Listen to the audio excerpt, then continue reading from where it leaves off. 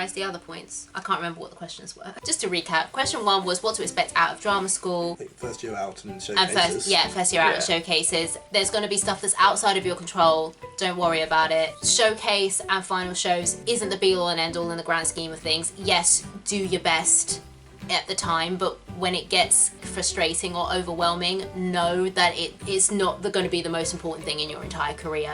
You will survive. Like, it's not a death sentence if it all seems to be going terribly. It's a first, but you're still in training. And then thirdly, once you're out of drama school, make sure that your submissions are on point. Research who you're self-submitting yourself for. Unless you know something's really not in your temperament, try everything at least once. You can always just be like, okay, I won't do that again. Unless it's drugs. Unless it's drugs. Don't do drugs, kids. And don't do misogyny either. Or racism. Or homophobia. Or transphobia.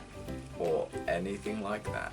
Or vote Tory. Or vote for it. I think the second question was about self-representation, so we kind of covered that a little bit. But yeah, get on point with your submissions. It's not about how much you want the job or how much you'd learn. It's about you fulfilling the job. So in your self-submissions, highlight all of the things that are in the casting breakdown that you can do with examples. If you generally have an affinity to the role, you can say that, but make sure you give examples and it's like a genuine, like, I love your work, not just saying I love your work because you think it will help. It won't. And then again, with agents, knowing that you can say no. It is better to be self-represented than have an agent that doesn't work well for you, that puts you up for jobs that you don't want, or just doesn't listen to your preferences. And to summarize the third question, which is about being a person of color in the industry, it's kind of a mess, but don't sell yourself short. You know, don't assume that the casting's going to go a certain way. If the ethnicity appearance says any, submit yourself. Know what you can do and what you're passionate about, but also just be aware that you're going to be seen however the industry sees you.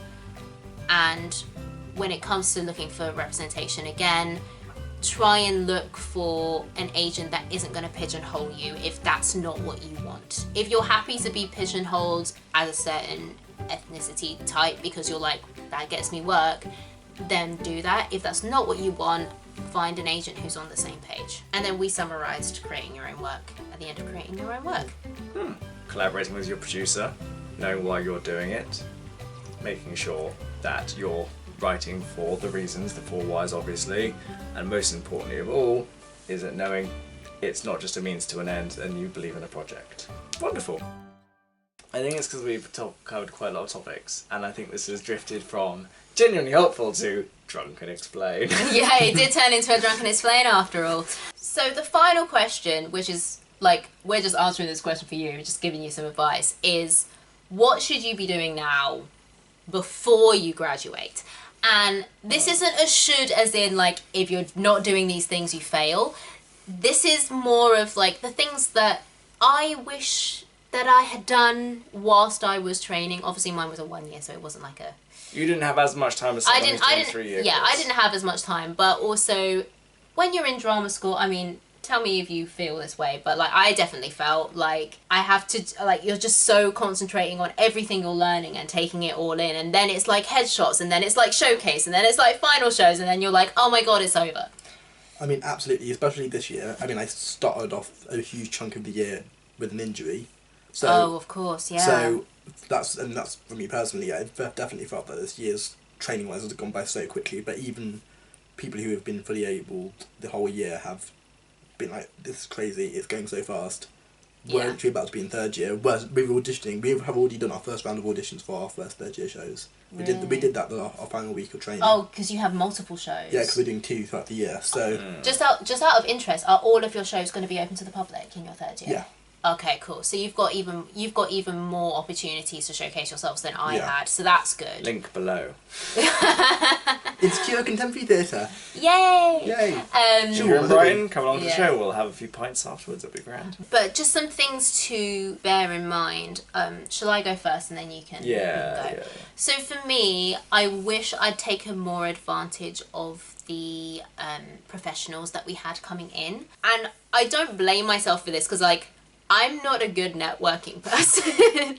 I've got better, but like for the longest time, to my detriment, I feel I've been very adherent to like hierarchical things. So like, you know, if people are coming in, there are teachers, so like there's a distance there. If I'd had more of a collaboration mindset, I think that would have helped me more, and I could have, you know, to be able to talk to the people coming in on a level rather than being like, oh yes, thank you, help me. No, I wasn't like completely like, oh my god, wise ones, but do you know what I mean? I just didn't have That's not a helpful view of them either. No, that's not helpful either. But I there was definitely an us and them rather than we are collaborators in an industry working together. And I wish I'd had more of that kind of mindset to take fuller advantage of all the people who were coming in to work with us.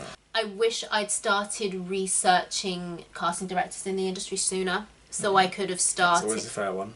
I mean, we obviously wrote to a load of people for our showcase and final shows. Mostly agents. I think some people did write to some casting directors as well. And we kind of all pulled together. So everyone in our year wrote. That's the point. When you're inviting people, write to people as a year. Not like, don't have one person write individually. Be like, okay, so I'm writing to these people, you write to these people, you write to these people. Yeah. So they're not getting like 30 letters from everyone inviting them to the same thing, and then you can just include everyone's spotlight links. Yeah, I wish I'd started sooner. So I'd say, because you are on a 3-year rather than a 1 year, I'd say use your summer holiday between second and third year to start doing that kind of work when you're not studying specifically. To be fair, I'm already keeping my eye out on the shows that I want to be in. Like I immediately, when I saw Moulin Rouge, I was like, okay, here's a casting director.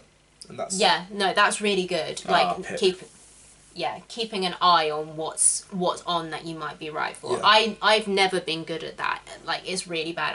I've always been bad at keeping on top of I think for things. you, your journey artistically and professionally has always very much been on improving your craft, which is another thing which we'll get to for the answering of this question. And this is, you know, for an external view here of me having seen how Michaela's developed over the past half decade or so. Is Growth, that personal I think- Growth. Well, you've had growth, and there's things which all of us maybe don't do when we should do, but we can't be expected to do everything because we are still just one professional in an industry of tens of thousands, hundreds of thousands. So the growth you've made in yourself, and because you've done shows, you've grown as a performer, you've done the classes, you've spoken to your agent, you've asked questions, how do I get better at what I need to do? The networking thing is something which I feel now you're in a stronger position to do anyway, because you've established yourself for the kind of actor that you want to be and know you are. You've done the shows where you know I like to do this or I don't like to do that, and you've also been able to spend enough time around the industry to see what's actually going on. So I feel for you, you'd be able to say, I've done this, this and this, I want to do this, this and this, and here's why. Whereas 5 years ago, I don't think you would have been able to do that. Thank you. I think there is some truth in that. Obviously, I can only speak from my own experience, but I think, yeah, it's a hard balance to strike, because on the one hand, there's the skills aspect of, like, you need to keep your skills sharp, you need to keep your skills honed, but on the other hand, there is still the business aspect. Ideally, it would be, like, not having to work resting jobs and stuff, so you just have time to do everything you need to do. Realistically, that's not possible. So, whilst you're in drama school before you graduate, your skills are kind of being taken care of because you're training, so you can use this time to do more of the industry stuff, because once you're out and you're graduated, then it's up to you to maintain your training. Does that make sense? Which is what scares me a lot, to be honest. If you're worried about that, I think another thing that could be useful to do, it's not massively important, but depending on your temperament, it might be useful, is thinking about what you're going to do once you graduate in terms of how you're going to earn money and like the finances of that. I remember when my final session with Nina Fimbra, when I was doing Lady Macbeth for our monologue. The late's great. The late great. Oh my god, she was so good. She was wonderful. But I remember my last session with her working on Lady Macbeth before we had our monologue assessment. And she was like, what are you going to do afterwards? And, you know, when you graduate, have you got, like, ideas of jobs lined up? And I was like, yeah, well, I'll probably need to work, but I want to stay in London and blah, blah, blah. You're going to need to work. There are some teachers who will, and I think it's a generational thing and a class thing, but who will be like, no, you've got to concentrate on your craft. You can't work. The reality is you're going to need to work. Yeah, and those teachers tend to be the ones who are from the rep generation, so Exactly. they were being Or, like- paid irrespective of what they were doing, even Yeah. if they were on a show or Or not. the generation where you could literally just sign on the dole, which for our American viewers is kind of like unemployment in between jobs. You can't, that's not realistic with the benefit system in the UK and like the hostile environment and blah blah blah. So maybe have a think about what kind of jobs you might want to apply for that give you the flexibility, and that will change throughout your Yeah. career as well. Maybe make a preliminary budget of like, okay, so I know that if I want to keep my singing teacher from college, they charge this much an hour for non-students. Maybe that some of them might do a discount for like recent graduates from the college that they taught at. Have a set budget for like classes to do outside. Don't be afraid of prioritizing. It's really hard because obviously you want to be able to do everything, but like you can't always afford to do everything. So for me, I think ideally I would have gone to weekly dance class after graduation because I was a good enough confident mover that I probably could have got my dancing up. It's expensive, and my singing lessons were also expensive, are also expensive. I prioritised singing lessons. I was like, I'm never going to get to a level of dancer where I could be auditioning for Chicago, for example.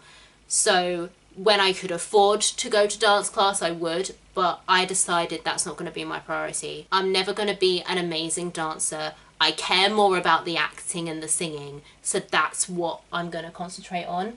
For you, it might be different, and it might be that you do want to concentrate on all three, so maybe there's one discipline that you concentrate on, and then for the other two disciplines, you alternate months, so like the odd numbered months is acting month and the even number month is singing month or whatever, you know, however you want to do. But maybe just start having a think about the practicalities of that if you think that's going to be helpful for you, rather than just graduating and being like, or when I graduated, it was like, okay, I'm now working in a call center and I don't know, like I don't have a budget, so I guess I'll just have singing lessons whenever, and then I got a job and it was fine. So there is that. So there's that. I think as well. So what I was going to not cut it with, but it's also a case of, as Michaela says, getting yourself into the best position you can be when you graduate, irrespective of how you exit drama school. It's very easy, I think, when you leave drama school, especially if you're under the age of 25 and you spent your entire life in educational environments, you've always spent time with people who are your age, it's very easy to suddenly feel a little bit isolated because you're not seeing people every day who are at the same age.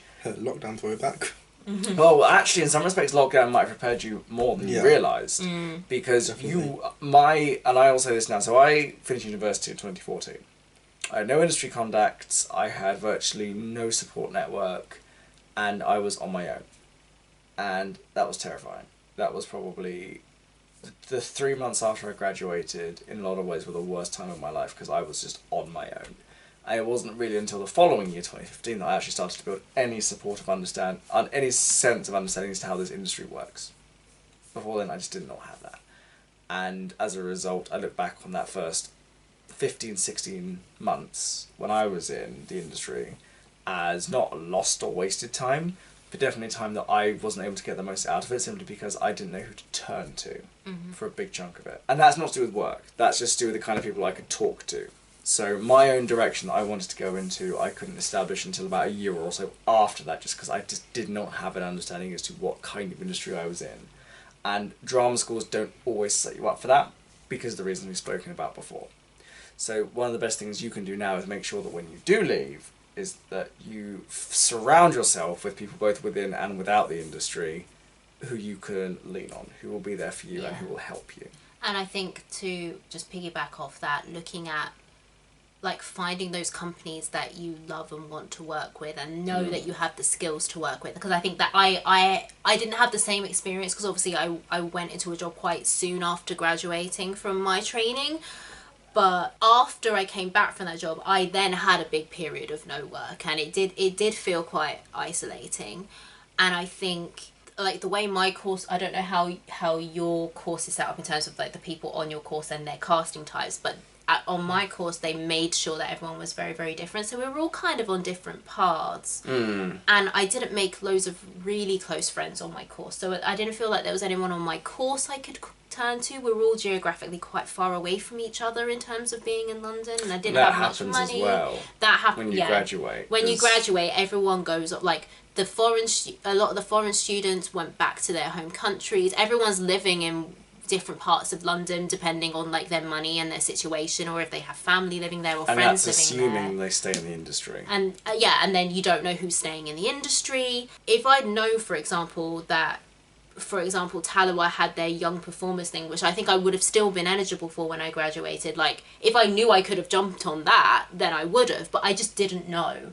So researching different companies and different organizational support networks within the industry that you could probably access and reach out to, not necessarily as in like give me a job, but being like, what programs do you have available, like what are you that kind of stuff that you can keep in the loop with. And another very important factor that doesn't get taught but is worth knowing is that your mentality cannot be at any given point the mentality of an employee. You cannot have the mentality of an employee, because in other industries that are not to do with us, it's very easy to get into the mentality of, you do your course, you jump through the hoops, you say whatever at the job interview, and boom, you're employed, and the company will take care of you after that. That's not how our sector works. Our sector, you have to have the mentality of a partner, of a business head, and that's the mentality of buy the 4 houses and put a hotel down. Make sure that you have the contacts you can get, and making them now is important. Getting the additional skills you can find and knowing where to go, as Michaela says, as soon as you can and as quickly as you can when you graduate, because then you will have already done the groundwork whilst you were in this protective, not as financially stressful environment. Yeah, I think that's the thing. It's trying as much as you can with like the headspace you have and all the other obligations you have of your actual course to take advantage of the fact that you are in that more protected environment. As flawed as it may be, you've got a student loan coming in, you've got teachers and colleagues and stuff that you can talk to. Even if it's something as simple as like just asking your teachers if you can have a candid talk about what the industry is actually like, and being like, look, this is the stuff that I'm interested in. Where do you suggest that I go? How do you suggest I support myself? What next steps do you think I should be taking? And that's not to say that like everything that your teachers say is gospel, but you can take their experience and information and then from that make your own informed decision about your next steps once you graduate. I definitely don't feel like I took advantage of the safety I had whilst I was at RAM. It's very hard to do that though, I think. Or even the like safety. You said, you're so focused on what you're doing while you're there. And sometimes it doesn't even feel like you're safe in there, because you're comparing yourself to your peers all the time. I certainly am. And you sort of, it really does feel like every performance is your last performance of your career when you haven't even started it yet. Yeah, that doesn't change. Yeah. But I think that's a lesson you have to unlearn. Yeah. Yeah, and I think that's also a mentality thing of like, and actually I don't necessarily feel that I know I joke so like that never changes, but I don't think I've ever left a job being like, oh, I might never work again. But that's the difference, is that you're in jobs, so you've now had that. No. You've had a professional confirmation that you, and this is what I mean when I talk about in terms of growth, because when you're training, it's very easy to think, because you're not in the industry, you're still a step back from it. So you're still listening to people who aren't necessarily in the industry, saying, oh, well, the industry, and it's very hard to talk about industry you're not in, which is why we don't really comment about things such as science or politics or education or Hey, I watch a lot of science YouTube, I know, so... but I'm not talking about the science industries there, Yeah, so yeah. we didn't talk about chemical engineering industry, we wouldn't dare pass comment on them. No, of course not. But people feel like with our industry they can say, oh, well, you might not ever work again after the show, blah, blah, blah, blah. It's very easy for people to say that who aren't in a sector, but it's also very easy when you haven't had much time in that industry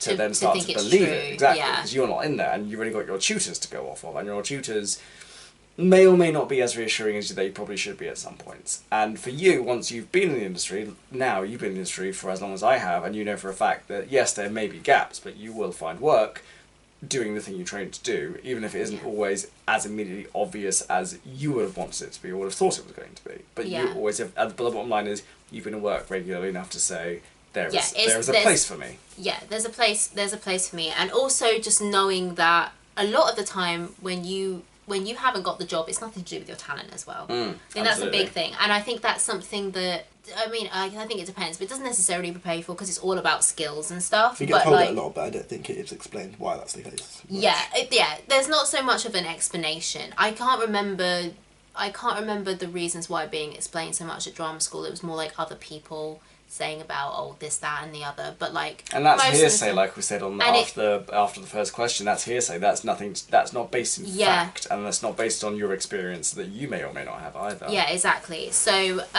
but when you don't have the experience of like, well, I've done X number of jobs since graduating, so I know I'm not shit. It's hard. When you haven't had a professional job yet, it's like, Yeah. am I shit? I haven't had an audition in 6 months. And the other thing you got to remember is that because shows open and close all the time, it's also to do with what's going on now.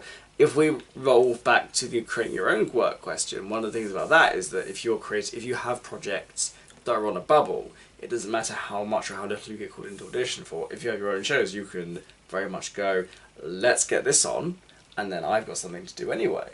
And at that point, you're still doing the thing you trained for. Granted, there's a few more hoops you have to jump through, but it's still something which is then happening. Whereas, But then yeah, go on. also, when you're writing to your casting directors every 3 to 6 months, you can say, I'm doing this thing, I'm working on this project. So it gives you something to say rather than, I'm still like waiting for my first job, but here's my headshot you've already seen when I wrote to you last time. If you've got anything, Yeah. you know. Last point on this, which I remembered whilst we were talking, to prepare for before you graduate, get ready for taxes.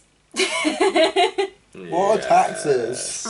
Taxes are a thing we need to do. Taxes is how we pay for the roads. Yeah, taxes is how we pay for the roads. But they all have holes in.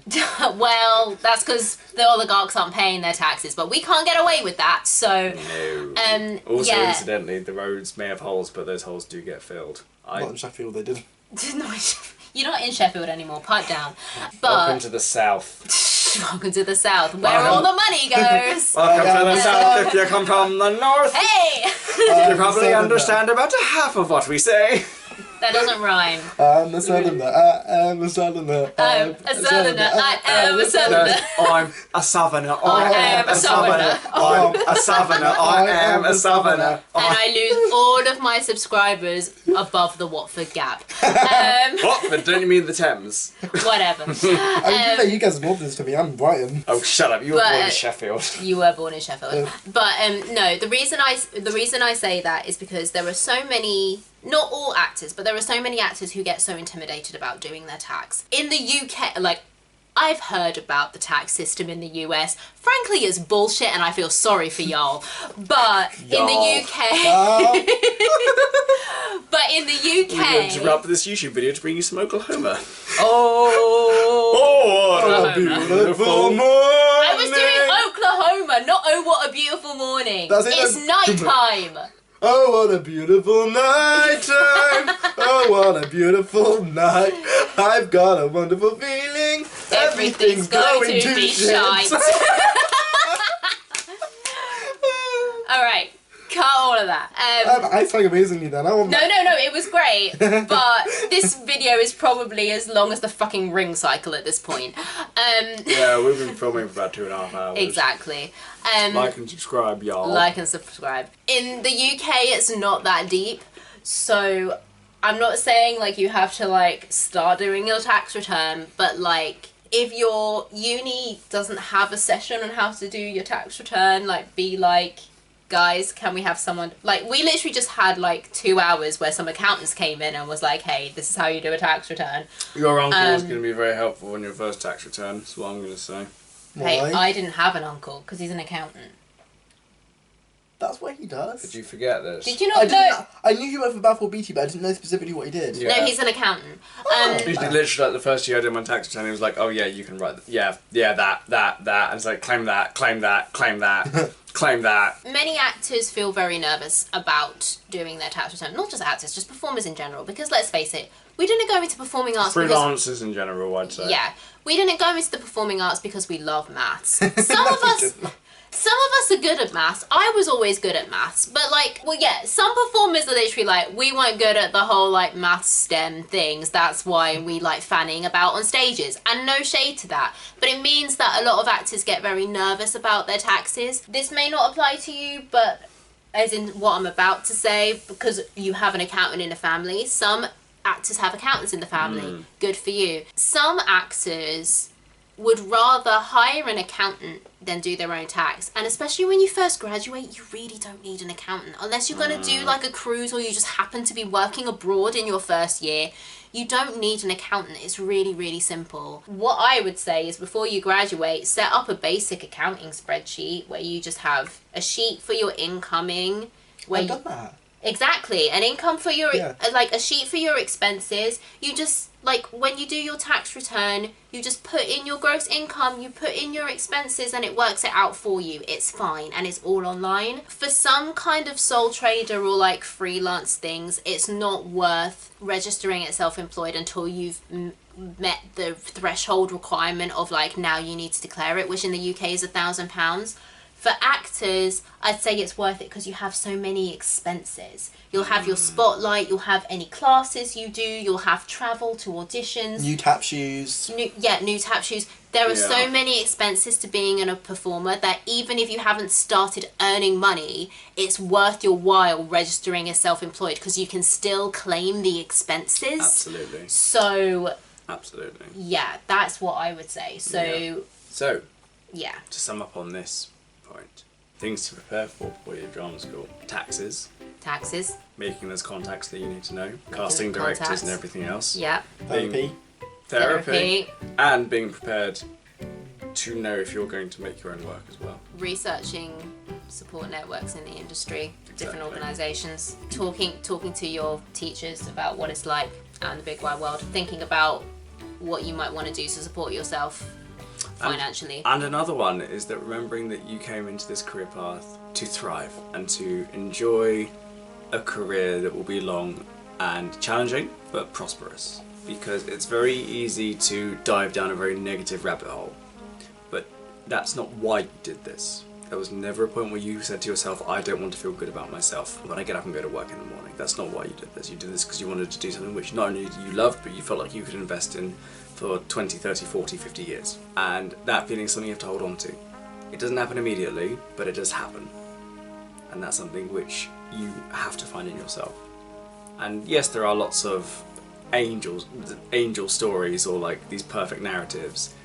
And not everyone's narrative fits that way. You might not always get what you want, but sometimes you get something better. And that's worth holding on to. You can't always get what you want, but sometimes you get what you need. That was literally what I was thinking. So Cameron, how do you feel? Not sober. Yeah, no, neither do I. I mean, I don't know if it's that I'm tired though. It might just be that I'm tired because I've not had that much to drink. Okay, if you say so. I think it's time for the outro. Big Ted, stop floating above us like some This weird bitch demon. been fucking creeping on us the entire video. Okay, so a bajillion years later, those are us. Hey, I'm paid to say other people's words. I'm not paid to say my own. Maybe we should let Big Ted do the outro. No, we're not letting Big Ted do the outro. Oh, Big Ted never gets to do the outro. Big Ted can sit on Cameron's lap. There we go. Okay. Big Ted has now joined us on Cameron's lap, and it's bajillion years later and we finally finished this video, so hopefully it's not a bajillion years for you. But that was us answering all of Cameron's questions about the industry. We hope you found it interesting, insightful, relevant, useful, all of the good adjectives. I'm getting ready to play the outro. It's like a very brown version of Bohemian Rhapsody, isn't it? Oh my god. How is it? Oh, because of the heads. Yes. Yes. Right. Oh my God, we're all brown. Yay! Yay! I'm just a brown Did you say I'm just a brown silhouette of a man? Yes. Yes, I did. We hope you enjoyed this video. If you did, please consider liking and subscribing. We'd love to have you on the channel. Come on down. we have a great time drinking too much rum. Stay tuned for more theatre content from a UK perspective, and I'll see you all in our next video. Bye, friends! Bye! Goodbye.